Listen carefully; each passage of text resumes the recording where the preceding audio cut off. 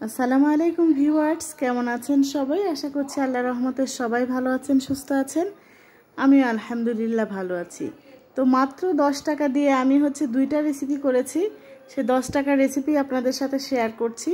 সে 10 টাকার রেসিপি আর কিছু নয়, কালকে আমার হাজবেন্ডের সাথে ঘুরতে গিয়েছিলাম, সেখানেই দেখতে পেলাম শাপলা। আর শাপলা আগে খেতাম না, তারপরে গত বছর থেকেই খাওয়া শিখেছি।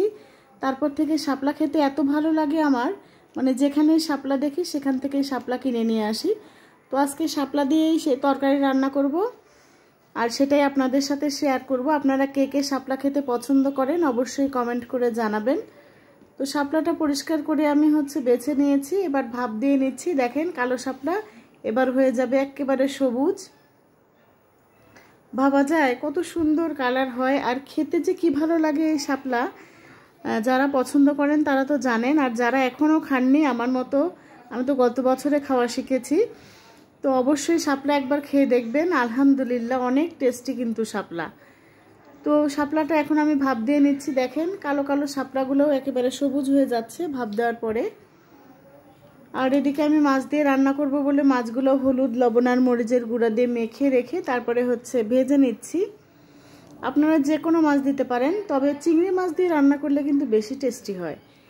তো চুলাতে একটা কড়াই বসিয়ে দিয়ে তার ভিতরে পেঁয়াজ বাটা, রসুন বাটা দিয়ে দিলাম।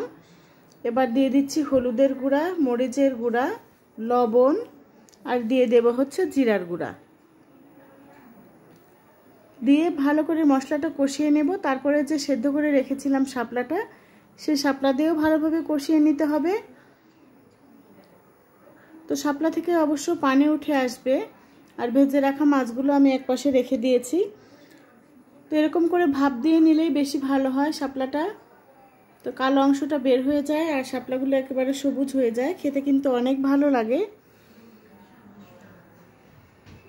তো ভালোভাবে মশলা কষিয়ে নিয়ে তার ভিতরে শাপলাও দিয়ে দিয়েছি। এখন মশলার সাথে শাপলাগুলো ভালোভাবে কষিয়ে নিচ্ছি আর ঢেকে দিয়ে অনেকক্ষণ ধরে কষিয়ে নেব, একেবারে সফট হয়ে যাবে।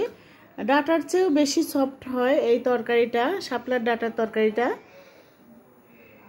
তো আমাদের কাছে অনেক ভালো লাগে, আমাদের পরিবারের সবাই অনেক পছন্দ করি আমরা।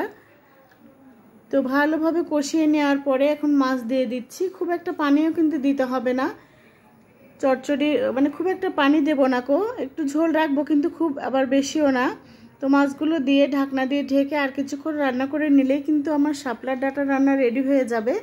তো শাপলার ডাটাটাই মাত্র 10 টাকা দিয়ে কিনেছিলাম। তো 10 টাকা দিয়ে কিনে এটা তরকারি রান্না করে খেলাম। আর এর ফুলগুলো কিন্তু আমি ডাউলের বড়া করে খেয়েছি।